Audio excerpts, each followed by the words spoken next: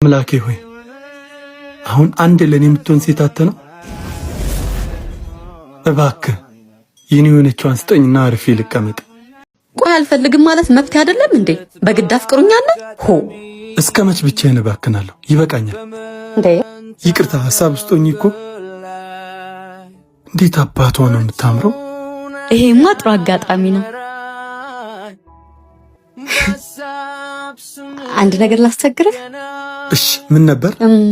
ለትንሽ ደቂቃ ፍቅረኛ መሆን ትችላለህ እንዴ? የጸሎቴ መልስ እዚሁ። እሺ እሺ። ቆይ ደግሞ አሳየዋለሁ ባልሰራ። ጌታዬ ሆይ ይቺማ ከኔ አትለይ።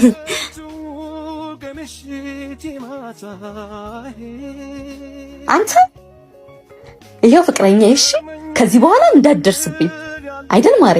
አዎ እኮ አንቺ ከኔ ውጪ የማንም አንተ ልቀቀኝ። ልቀቃት። አንተ ፍቅረኛ አለኝ አለች አይደል? ከዚህ በኋላ አጠገቧ ብትደርስ ከኔ ነው ጽቤ። ከዚህ ሄድ።